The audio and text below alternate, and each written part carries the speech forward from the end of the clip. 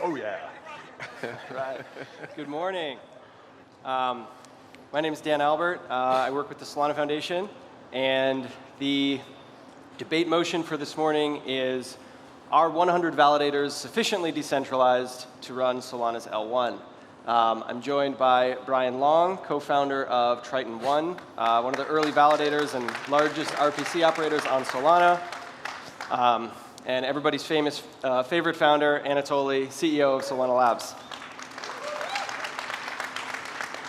So I'm going to invite these guys to open. Brian is going to be arguing in favor of the motion that 100 validators are enough to have a decentralized L1. Toly is going to be arguing in opposition. So Brian, your opening statement, please. Great, thank you. I'll focus on the financial and performance aspects of the proposal.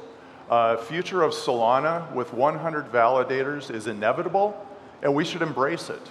The race to zero commission for inflation rewards and MEV tips has led validators to share their transaction fees with stakeholders. That creates a situation where economies of scale matter more than anything else to run a validator. The larger validators simply have more fee revenue available to share with their stakeholders. The stakeholders will always do better there. For illustration, a validator with 200,000 SOL delegated stake might roughly break even when their transaction fees after voting costs. They don't have anything left to share with their stakeholders. Whereas a validator with 2 million SOL active stake will have roughly 30 SOL per epoch that they can share with their stakeholders, or about 390 SOL per month. And so it's impossible for that smaller validator to ever compete with the larger validator that has scale. Stake moves to where it's treated best, and it will start to concentrate onto the larger nodes. That's why I say it's inevitable. We're going to end up with 100 validators. But that's not bad. That's a good thing. The reason is that those 100 validators are now financially healthy, and then they can afford to invest in advanced infrastructure for the validator of the future. The hardware stack for a validator will get more complicated. We'll be dealing with FPGA network ingestion hardware. We may have a future where we have multi-GPU setups for advanced computation or separate databases to manage a larger accounts DB. I don't think anything gets easier for the validator of the future. But the good news there is the performance will be amazing. And we will have, for like transaction delivery, we'll have 90% of our transactions landing same slot. We will have confirmation times less than 1 second. The user experience will be fantastic and smooth. Web 3 will feel like Web 2. Network congestion will also go down. And that helps too for some of the, what I just described actually for the transaction delivery. That will work better in the new world. And then finally, these validators will have enough stake and enough skin in the game and being financially healthy that they would be in a position to actually move validators south of the equator.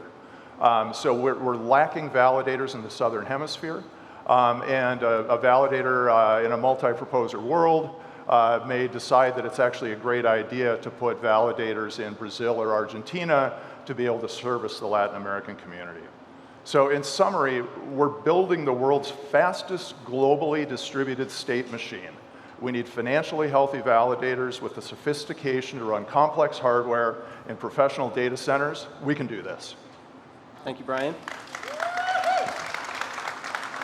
Anatoly, why are 100 validators insufficient? Because economic security is a meme. So I make that joke on Twitter. What I'm trying to actually say is that to actually have any kind of meaningful economic security, we need actual maximized physical security.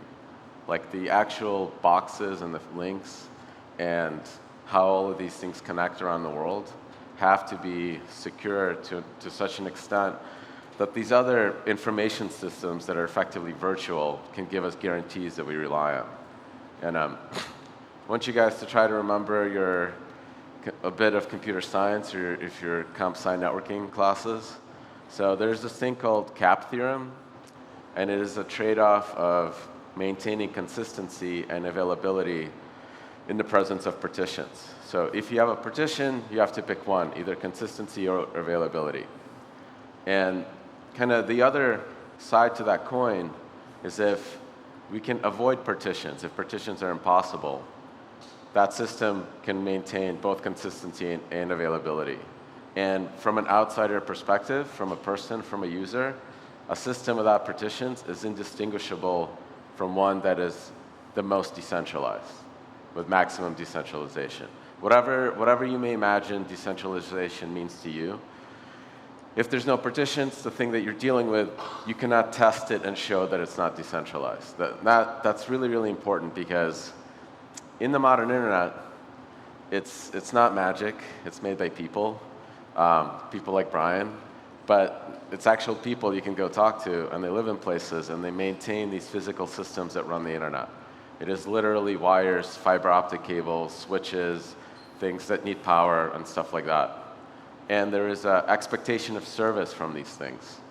And if you remember networking, there's this thing called the OSI layer stack, and the lower layer that you're in, the physical layer, the higher is the expectation of service. And from a very high level, you can think of it, if there's a problem very, very low on the bottom at the physical layer, more people get woken up at night to go fix it, because all the applications start breaking, all the RPC providers start breaking, the network starts breaking, all those people get woken up, and eventually somebody at AT&T realizes that they've misconfigured a route, or literally a switch is on fire and they have to go fix it. And that is actually kind of somewhat predictable. Usually these outages on the physical internet get resolved in about 4 hours. So we have this real world expectation that partitions get resolved in about 4 hours, no matter where they happen. And you can kind of look at some history of AWS and Google and Facebook. That's about the time somebody gets woken up and they're like, what the hell is going on? I'm going to go debug it, and then they can switch whatever system's over. And the fact that you can reach that person and talk to them, like, that means that there is another channel, there's another way to send communication between the real world and whoever that person is. So a partition actually never even existed. We can always reach somebody in the world to go fix the internet. In a very academic sense, there's enough data for us to be able to talk to each other to go figure out what happened. So we have to kind of create this world where partitions are impossible through work. And we need to maximize that security to have any sense of economic security on top of it. So we need the largest number of validators we can possibly get, because all of those boxes and the intermediaries between them, they generate links, they create that sense that when Solana doesn't make a block for 10 minutes, a lot of people get paged and they go fix it. So there's a very high expectation of service on Solana. That's every 400 milliseconds there's a block. And the more validators we have around the world, the more people are looking at that expectation of service from every different point in the world.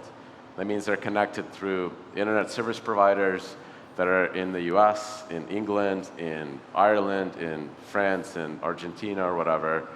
Those companies are part of the government. There's dudes with guns that protect that infrastructure. And if something goes wrong, somebody observes it, somebody gets woken up, stuff gets fixed, and partitions are impossible. And we have this expectation that we can actually build economic security on the system. But you still need a very, very large validator set. And the larger it is, at a gut level, the network is more secure. But at an academic level, the bigger the set of nodes, the easier it is to guarantee that honest nodes, as a minority of that set, can always have a minimum spanning tree that can always reach each other. And that doesn't even mean at the protocol layer. It is literally people talking on the phone. Like the fact that people can get into Discord or IRC or call each other on a cell phone, that is us resolving a partition and figuring out what's wrong. The more people we have, the easier it is for us to guarantee that partitions are impossible. And I'm going to cut you there totally, okay. so we can get to some Q&A. Okay. So Thank you. one last thing. Go for it.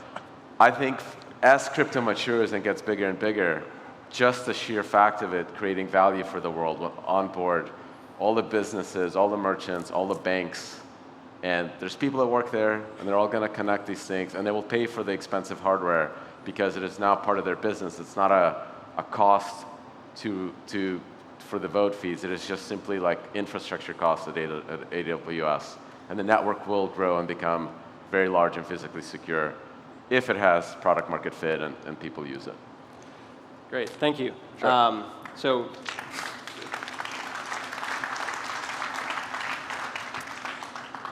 Brian, I'm going to ask this question to you.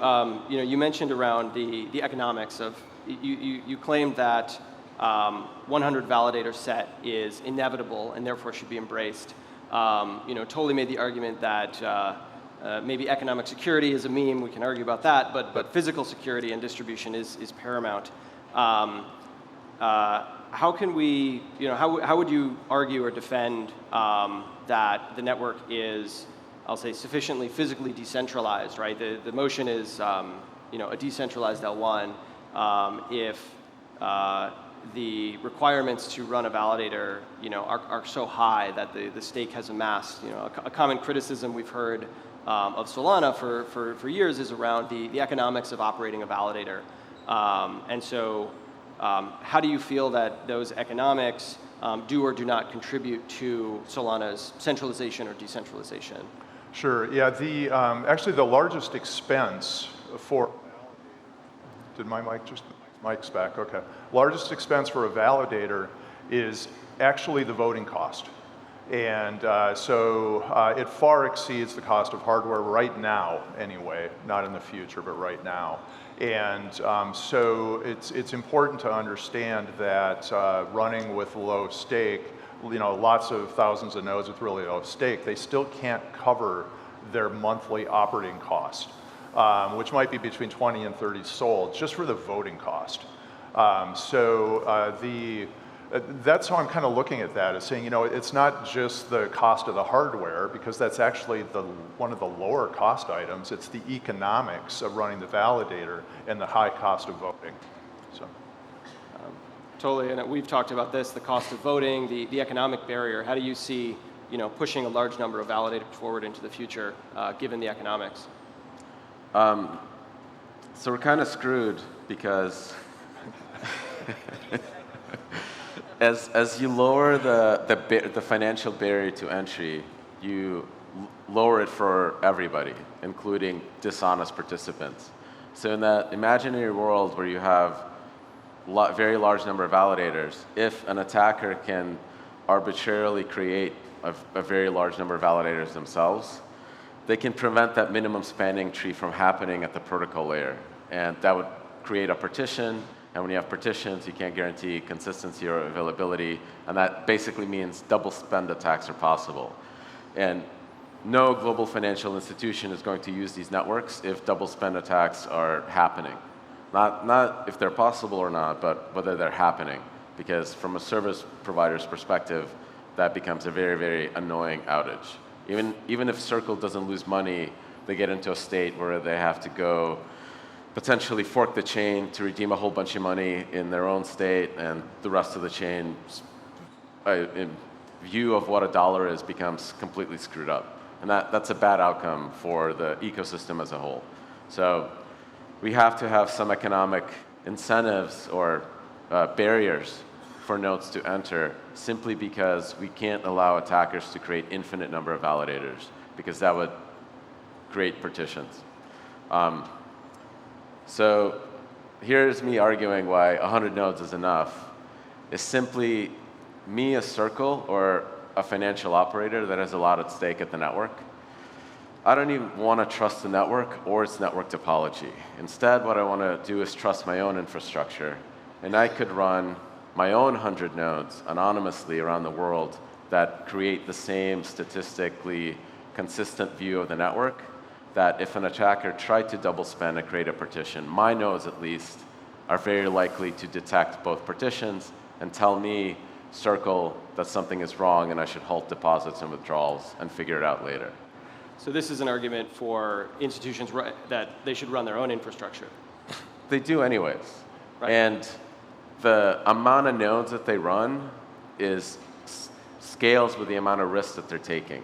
So if you're in some distant future, if you're Bank of America and you have $1 trillion worth of assets that are issued on Solana, hopefully, you don't want to trust Solana, you want to trust your own infra. And because you have so many assets that you've issued for a financial kind of profit motivating reason, you can afford to run 100 nodes because those are just boxes. You already have a team to manage all this stuff. You can constantly sample the network and make sure that from your perspective that there's no partitions are possible.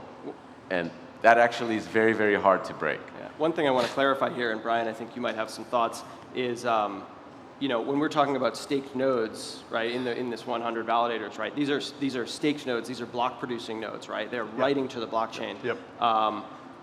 Totally, it sounds like you're advocating for a very large number of nodes, at least to be able to self-verify, right? And so to bring the verification cost down.